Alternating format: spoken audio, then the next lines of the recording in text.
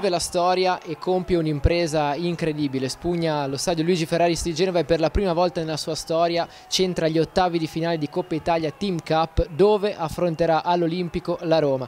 È stata una partita incredibile, impossibile da riassumere in pochi secondi. L'Entella ha vendicato la sconfitta del 1971 quando un gol di Turone a 5 della fine rovinò il sogno di quei ragazzi di strappare un punto al Ferrari. È stata una partita assolutamente incredibile, con tanti capovolgimenti di fronte, con l'Entella che è andata in vantaggio con un gol incredibile di Simone Icardi dopo 16 minuti, il rigore di Piontek al 26esimo aveva raddrizzato la partita per i rossoblù padroni di casa. A 7 dalla fine ancora Simone Icardi in giornata di grazia a riportare l'Entella in vantaggio e poi 2 minuti dopo un altro rigore realizzato da Piontek a sigillare il nuovo 2-2. Si va così ai tempi supplementari, un turmino di emozioni, azioni da gol da una parte e dall'altra, quei tanti tifosi venuti da Chiavari che hanno spinto i biancocelesti per tutta la partita.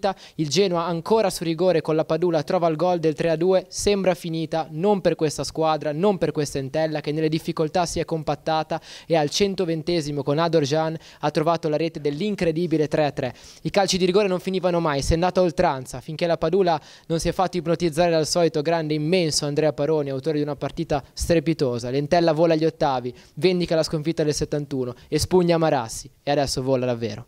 Oggi è la vittoria della squadra, è la vittoria della società, è la vittoria dello staff e è la vittoria della città. E oggi non ci sono personaggi particolari che devono prendersi i meriti, oggi i meriti sono di tutti. È tutta la vita che io sogno di vincere contro il Genoa a Marassi.